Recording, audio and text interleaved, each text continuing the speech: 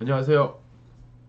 원멘토의 부동산 데일리 라이브 오늘 시작을 하겠습니다. 오늘이 2025년 11월 17일, 이제 한 달하고 반 조금 안 남은 상황, 25년이 얼마 안 남았습니다. 그래서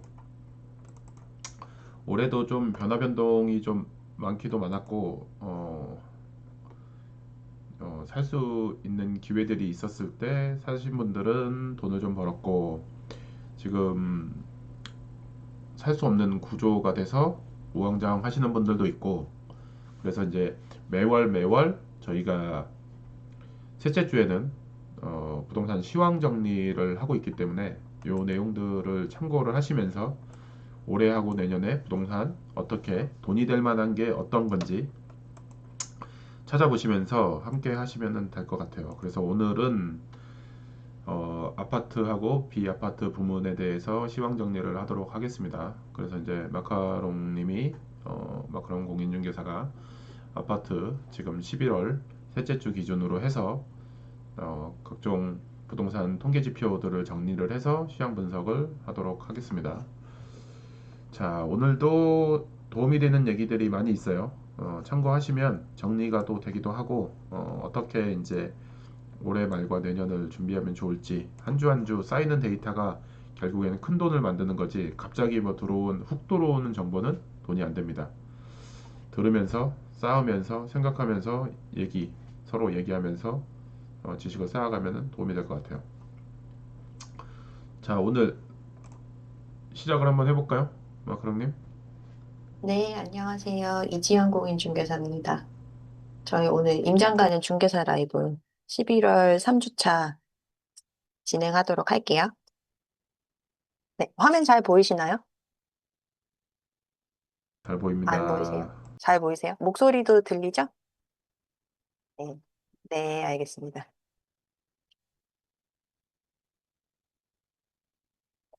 음, 지금 제가 2025년 11월 17일 현재 서울특별시 서울부동산 정보광장의 아파트 동향 조사했거든요.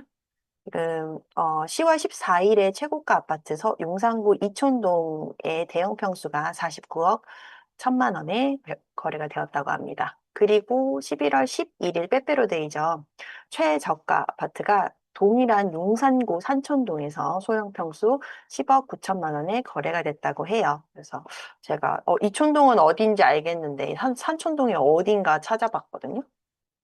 이촌동은 지금 이 해당 단지는 이촌동에 있는 한강맨션입니다. 네, 재건축 단지죠. 그리고 용산구 산촌동은 산촌동에 있는 한강타운이에요. 우리 지난주에 제가 효창공원역 임장 다녀왔는데 그 성심여 중고등학교 옆 동네가 산촌동이더라고요. 한강 애들 붙어 알고 있습니다. 계셨어요? 한강 붙어 있, 산촌동. 산천동 한강 붙어 있는데. 맞아요. 원효초등학교 있는데. 네. 네, 거기에 있는 한강타운 소형 평수가 10억 9천만 원에 거래됐다고 합니다. 지금 11월에는 일일 아파트 거래량이 매매는 7건수, 전세는 18건, 월세는 23건.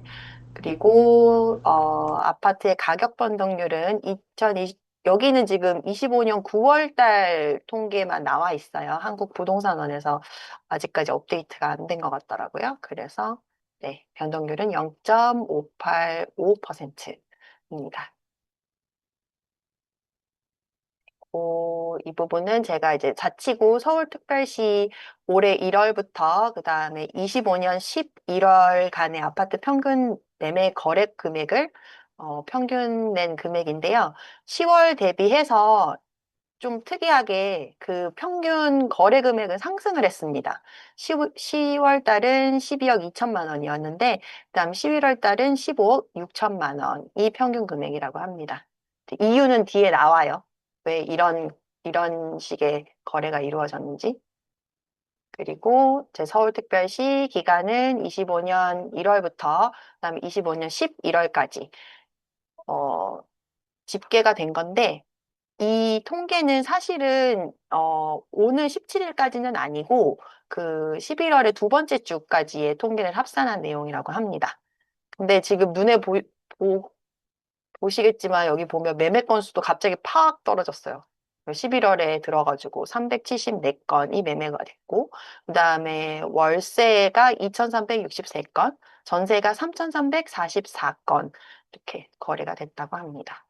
거래량이 갑자기 급감했죠. 네. 그래서 2025년 10월 15일에 정부에서 강력한 부동산 대책을 발표했잖아요. 그 이후로 거래량이 급격히 감소했습니다. 그래서 통계상으로 봤을 때는 그 대책 시행 전에 한 달 정도는 거의 10,000건 정도 거래가 됐는데, 대책 시행하고 나서 한 달 정도는 지금 2,320건으로 약 77.4%가 감소했다고 하고요. 근데 거래량은 급감을 했는데 평균 거래 가격은 상승한 것을 볼 수 있습니다. 거래 가격이 상승한 거를 보니까 지금 네, 현재 가치 있는 거, 괜찮은 거만 거래가 맞아요. 된다는 얘기가 되는 거고, 맞습니다. 거래가 하나씩 될 때마다 약간의 신고가, 맞아요. 좋은 단지 위주로 맞아요. 지금 똘똘한 한 채.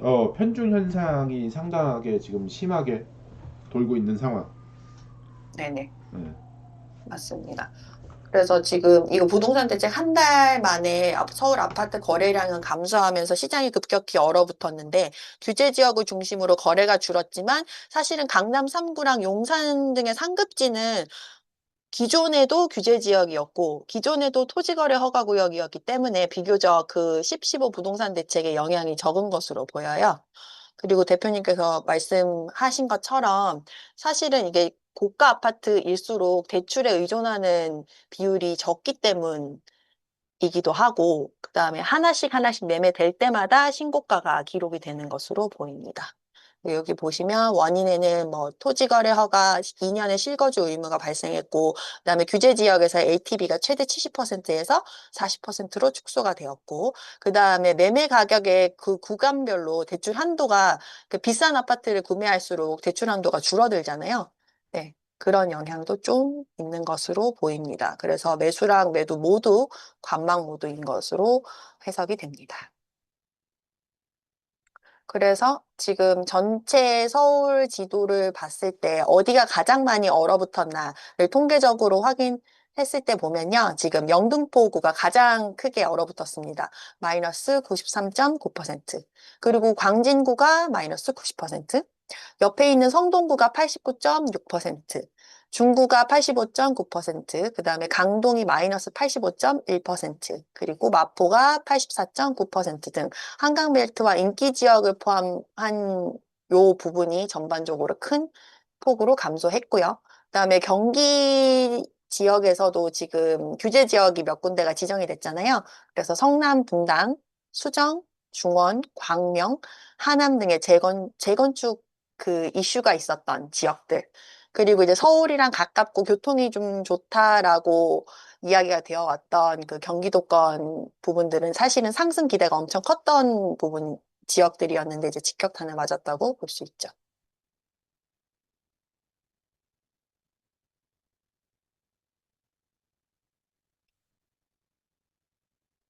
서원님 궁금하신가요? 네, 이거는 제가 퍼플렉시티라는 그 AI로 찾았는데 제가 링크를 개인적으로 보내드리도록 하겠습니다. 아니에요. 지도를 제가 찾고 숫자는 제가 반영을 한 것입니다. 네, AI가 거기까지는 못해요. 이거 제가 요거 지금 이거 서울 구별로 이렇게 행정구역 표시가 된 거를 찾아달라고 하니까 걔가 찾아주더라고. 그래가지고 거기다가 제가 여기 숫자를 집어넣은 거예요. 네네. 음. 왜 갑자기 또 이렇게 심드렁해지셨지? 아, 그래요? 알겠습니다. 제가 올려보도록 할게요. 그래서 이제, 네, 그럴게요. 그래서 강남 3구랑 용산은 사실 다른 지역에 비해서는 그 하락폭이 좀 작은데요. 송파 같은 경우는 마이너스 2.9%, 서초는 마이너스 7%, 강남은 마이너스 30%, 용산은 마이너스 48.6% 수준으로 다른 지역보다는 감소폭이 낮습니다. 이유는 현금이 많은 고소득, 자산가 중심으로 이렇게 이 지역들을 이제 수요하니까 대출 규제의 영향이 적기 때문으로 해석이 됩니다. 여기서 흥미로운 부분은 뭐 아까 말씀드렸던 것처럼 대책 이전의 평균 거래가 약 12억 정도였는데 그다음 대책 이후의 평균 거래는 약 13억 6천만 원 정도로 올랐습니다. 그래서 상대적으로 고가 아파트 위주의 거래만 되는 것으로 볼 수 있습니다. 근데 지금 뭐 여기 공식적으로는 여기 보면 이렇게 기사에 이렇게 떴더라고요. 그 25년 10월 29일에 서울의 토지거래 허가건이 0건이다 뭐 이런 식으로 이렇게 헤드라인 떴던데 사실상은 0까지는 아니지만 전년도 대비해서는 매매 건수가 급감한 것을 이제 현장에서 체감을 할 수 있죠. 네, 이 같은 이유는 이게 토지거래 허가라는 이 아파트 주택을 매매하는 데 있어서 이렇게 단계가 하나 더 생긴 거잖아요. 그래서 이제 매매 계약서를 작성하기 전에 구청에 허가 신청을 하고 그다음에 이제 법정 처리 기간이 약 15일 정도 소요된다고 합니다. 그래서 이 아파트를 왜 매수자가 매매를 해야 되는지 뭐 구청에서 이제 허가증을 발급을 해야 그 다음에야 본계약 체결이 되고 실거래 신고가 가능한 구조이기 때문에 그 지금 저희가 3주차인데 지금까지는 통계상으로 0인 것이 사실은 맞기는 하죠. 지금 실제로는 이제 허가를 받고 뭐 매매 거래가 일어나야 실거래가 되는 구조다 보니까 그런 통계학상의 그런 차이가 조금 있다는 점 말씀드립니다. 그래서 이거 지금 서울이랑 그 경기 일부 지역의 토지거래 허가 구역 내에서 주택을 매매하는 것들이 약간 조금 어색하신 분들도 있을 수 있어요. 왜냐하면 뭐 기존의 강남 3구나 용산 쪽에 매매하신 분들이 아니라면 좀 새로울 수 있을 것 같아서 제가 이 단계를 좀 정리를 해보았습니다. 그래서 첫 번째 단계는 이제 조건을 합의하죠. 이제 중개사가 참여를 해서 매도자랑 매수자가 이제 매매가랑 계약금, 잔금 일정, 뭐 특약 등을 구두나 카톡, 문서 상으로 이제 조건만 합의를 합니다. 이 상태에서는 원래는 뭐 기존에는 매매를 할 때 저희가 뭐 가계약금을 넣고 뭐 본계약 날짜를 잡고 뭐 이렇게 하는데 그 전에 이미 이제 이 법적 효력이 있는 계약서는 작성을 하지 못하고 대신 이제 약정서 정도만 현장에서는 작성이 가능하다고 합니다. 그래서 이제 조건만 맞추는 단계이고 계약서는 작성하지 않습니다. 그래서 이제 토지거래 허가를 신청하게 되어 있어요. 이 단계. 그래서 주로 매수자 분이 중개사와 함께 구청에 토지거래 허가 신청서를 제출하게 되어 있습니다. 그 이 아파트를 주택을 매매하는 뭐 실거주, 실수요 계획, 뭐 인적사항, 등기부 등의 서류를 제출하고 그다음에 이 그 구청에서의 허가 전에는 정식적인 매매 계약을 하면 안 된다고 합니다. 네, 법적으로 그렇습니다.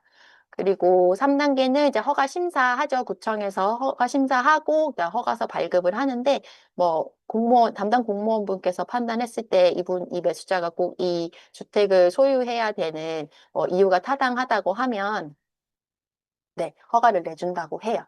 사실 뭐 허가 받는 게 조금 뭐 까다롭다 뭐 그런 이야기가 있던데 그 이 15 대책 이전에 그 강남 3구랑 용산 쪽에서 이제 토지거래 허가 그 건수를 계산해 보면 한 98% 정도는 허가가 나왔다고 해요. 그래서 특별한 뭐 문제가 없으면 거의 허가는 나오는 것 같기는 합니다. 근데 이제 단계가 하나 더 추가되다 보니까 조금 그 지금 매매 계약 하시는 분들 조금 복잡하실 것 같기는 해요.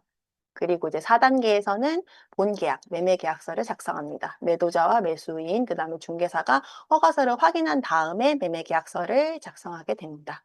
그래서 이제 매매 대금 일정 특약을 기재하고요. 이날 계약금을 지급하고 이때부터 법적 효력이 있는 매매 계약이 성립이 됩니다. 그리고 다섯 번째 단계는 이제 잔금하시고 등기하시면 됩니다. 이제 매수인께서 법무사가 대리해서 잔금을 지급하고, 뭐 기존의 근저당 말소하고, 뭐 이런 식으로 해서 소유권 이전 등기 신청하시고, 네. 그 등급의 새 소유자로 변경이 되면 거래가 완료됩니다. 요거는 일반적인 네, 매매 계약이랑 동일합니다. 그래서 네, 이제 지금 토지거래 허가 구역 내에서 허가를 받기 위해서 필요한 서류는 이렇게 제가 정리를 해보았어요. 이렇게 쭉 7개, 1부터 7까지 하고, 그리고 이제 그 허가 받기 전에 조건을 합의하는 단계에서 여기 보면 이제 약정서를 작성하게 되어 있거든요. 그것도 뒤에 제가 양식을 한번 보여드릴게요. 어떻게 하면 되는지. 요거는 토지거래 계약 허가 신청서 이제 구청에 제출하시는 거예요. 그리고 그다음에 토지 이용 계획서, 그다음에 여기 취득하는 자금을 조달 계획서 이렇게 작성하셔서 제출해야 되고, 그다음에 행정정보 공동 이용 사전 정서, 그다음에 토지거래 계약 허가 신청 위임장 뭐 이렇게 위임장 작성하셔야 되고, 그다음에 주택을 추가 취득하는 사유 등의 소명서, 여기에 이제 해당 지역의 거주 사유 또는 주택을 추가로 취득해야 되는 사유를 구체적이고 객관적으로 작성을 해야 되고요. 그다음에 기존에 주택을 가지고 계신 분이 이걸 어떻게 처리를 할 건지에 대한 계획서를 작성을 하셔야 됩니다. 이거 지금 허가가 나고 4개월 안에 새로운 주택에 입주를 하셔야 되거든요. 그래서 이제 그거를 지금 계획대로 하지 않으시면 그 매매 대금의 일정 부분 퍼센테이지 해가지고 이행강제금이 부과됩니다. 그다음에 그 매수하려고 하는 주택에 임차인이 있으면 이제 임대차 계약을 종료 확인하는 것을 이제 임차인에게 네, 받아가지고 이것도 같이 첨부하셔야 된다고 합니다. 그리고 이건 부동산 매매 약정서입니다. 이거 계약서는 아니고요. 그 허가 받기 전에 매수자랑 매도자 사이에 이제 이렇게 매매 약정서를 작성하게 되어 있습니다.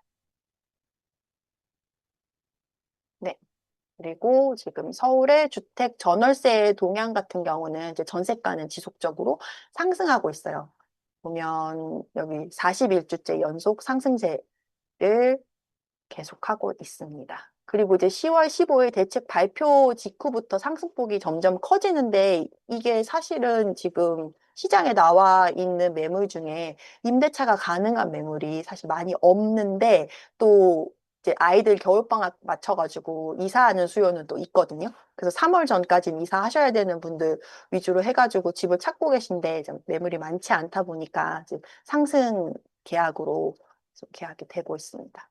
그래서 가장 그 11월 둘째 주 기준으로 했을 때 지역별로 상승률이 가장 큰 곳은 이제 송파구 0.32%, 그다음에 서초구 0.3%, 양천구 0.29%, 영등포구 0.27% 상승하였습니다. 그래서 이제 전세 매물이 급감하고 있어요. 많지 않습니다. 네. 강북 지역, 그 동대문과 성북구를 중심으로 10% 이상 급감했다고 합니다. 그리고 월세 역시도 전세 매물이 없고 또 월세 역시도 이제 역대 최고치로 상승을 하고 있어요. 그 전세에서 월세로 전환하는 비율이 7년 만에 최고라고 합니다. 지난번에도 한번 그 전세 대란 일어나면서 월세로 가려는 경향이 있었는데 네네. 그때하고 지금하고는 또 상황이 또 다른 부분인 것 같고 음, 지금 어쨌든 전월세 가격 상승도 어느 정도는 예측이 되기도 하긴 하면서도 정말 이게 참 안개를 거듭하기 때문에 요번에 지금 네. 소송 걸고 있는 부분이 있잖아요. 그거 이제 도봉구 묶은 거는 잘못됐다. 그래서 이제 네, 그런 네, 부분들이 특정한 어, 지자체에서 이제 어, 도봉구, 뭐, 강북구는 왜 어, 묶었냐, 뭐, 어. 이런 이야기가 나오죠. 그래서 이제 그게 이제 만약에 이제 그게 해제가 된다고 하면은 그거에 대한 또 여파도 좀 없지 않아 있을까 이런 또 생각도 네, 체크를 해보면서 가는 것도 좋겠다 그런 네네. 생각이 드네요. 맞습니다. 지금 이게 좀 특이한 거는 서울 내에 지금 11월에 입주 물량이 그래도 올해에서는 가장 큰데요. 전체 입주 물량이 22.8%인데도 불구하고 전셋값이 자꾸 상승을 하고 있다고 합니다. 이제 15 부동산 대책의 영향이 아닐까 싶어요. 지금 갭 투자 수요가 거의 다 차단이 돼버렸으니까 전세 매물이 급감했고 결국 수요는 많은데 공급이 없기 때문에 그리고 또 전세가 구해지기 어려우니까 사람들이 다 월세로 이동을 하니까 월세도 점점 오르는 거죠. 네, 그 내년에 이제 좀 관심 있게 봐야 될 부분이 내년 그 8월 달에 보면은 지금 반포의 트리니원 입주하는 시점에 전세 물량이 쏟아지는데 이게 또 어떻게 될지 이것도 한번 체크를 해보는 게 또 좋을 것 같고 현재 지금 원페를라 얘도 지금 전세 물량이 나와 있는데 8사가 현재 14억 정도.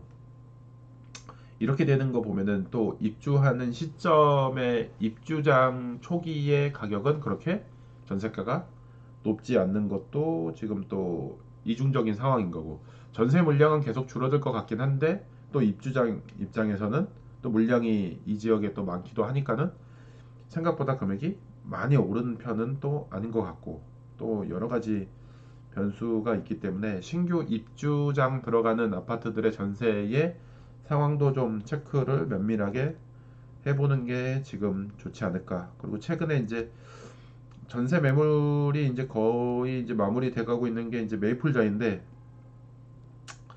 메이플자이 같은 경우에도 세대수가 워낙 크니까 아직도 300개나 전세가 남아있긴 해요. 전세가 300개나 남아있긴 한데, 요 300개 남아있는 어 거의 가격을 지금 봐보면 지금 원페를라는 14억 정도가 되고 있는데, 지금 여기 메이플자이 같은 경우는 18억 정도 전세 호가가. 그래서 입주를 하고 나서 조금 한참 좀 지나니까 올해 6월에 입주를 했기 때문에 벌써 11월이라서 가격 변동이 조금씩 조금씩, 이런 지역을 봐보면은 입주장이 끝나고 나서는 가격이 좀 오르는 흐름이 보이고 있다. 이런 것도 한번 체크를 해보면서 내년에 시장이 어떻게 될지도 고민을 해보는 게 좋지 않을까 생각이 듭니다.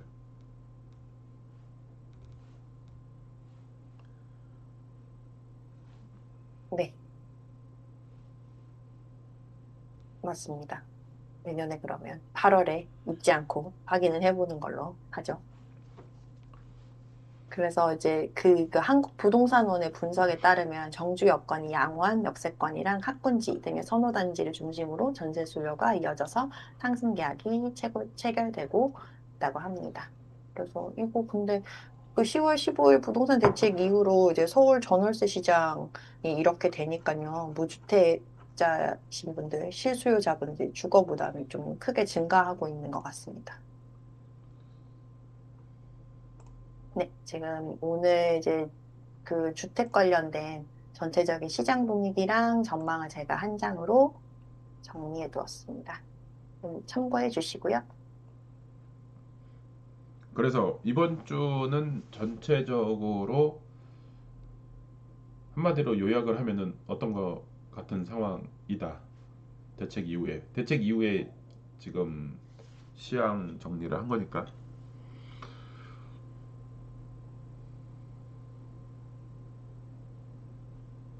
어떤 거 같아요? 지금 제가 이거를 조사하면서 느낀 거는요. 공인중개사들이 되게 어렵겠다라는 생각이 들었습니다. 밥 벌어먹고 살기 어, 힘들어졌다. 네, 뭐 먹고 살기가 힘들어졌습니다, 여러분. 근데 아직 이거 제가 말씀드렸던 것처럼 이게 지금 토를 받는데 15일 정도 소요가 되잖아요. 그래서 지금 이게 조금 좀 더 지켜봐야 될 것 같다는 생각이 좀 들어요. 이게 그 실제 거래가 이루어지는 거랑 통계상의 그 간극이 지금 한 15일 정도 발생한 거기 때문에 그 다음 달에 또 저희가 시황 3주 차에 하잖아요. 그때 한번 더 말씀드리는 걸로 하고 제가 이걸 조사하면서 느낀 점은 네, 폐업하신 공인중개사분들도 많으시고 이제 제가 전화해보면 이제 12월부터 추운데 사무실 나와 있으면 뭐 오픈기 값도 안 나온다고 자꾸 그 휴업하신다는 소장님들도 계시고 그래가지고 공인중개사님들 힘내세요. 폐업할 때 우리는 열심히 하는 걸로. 네. 다른 사람의 위기는 우리의 기회가 될 수가 있다. 빌리언님 그렇습니다. 거를 어쨌든 정리를 해보자. 빌리언님 네. 화이팅. 빌리언님, 어, 화이팅. 네. 제 유튜브 조회수는 되게 잘 나오는데, 전화 정말. 오잖아. 전화가 끊임없이 옵니다. 네, 전국에서 끊임없이 와요. 근데 말이 안 되는 소리를 해서 그렇지. 그러니까. 아니, 그분도 얼마나 깜짝 놀랐겠어요. 유튜브 보시고 여자 소장이 전화 받을 줄 알았는데, 무서운 남자 소장님이 전화 받아가지고, 깜짝 놀라서 지금 질문을 못 하잖아요, 그분이. 그래서 빌리언님 것도 정리가 되면서 모두 다 네. 행복한 25년, 26년이 됐으면 좋을 것 같고. 우리 모두 따뜻한 겨울을 보내도록 합시다. 네. 네, 제가 준비한 거는 여기까지였습니다.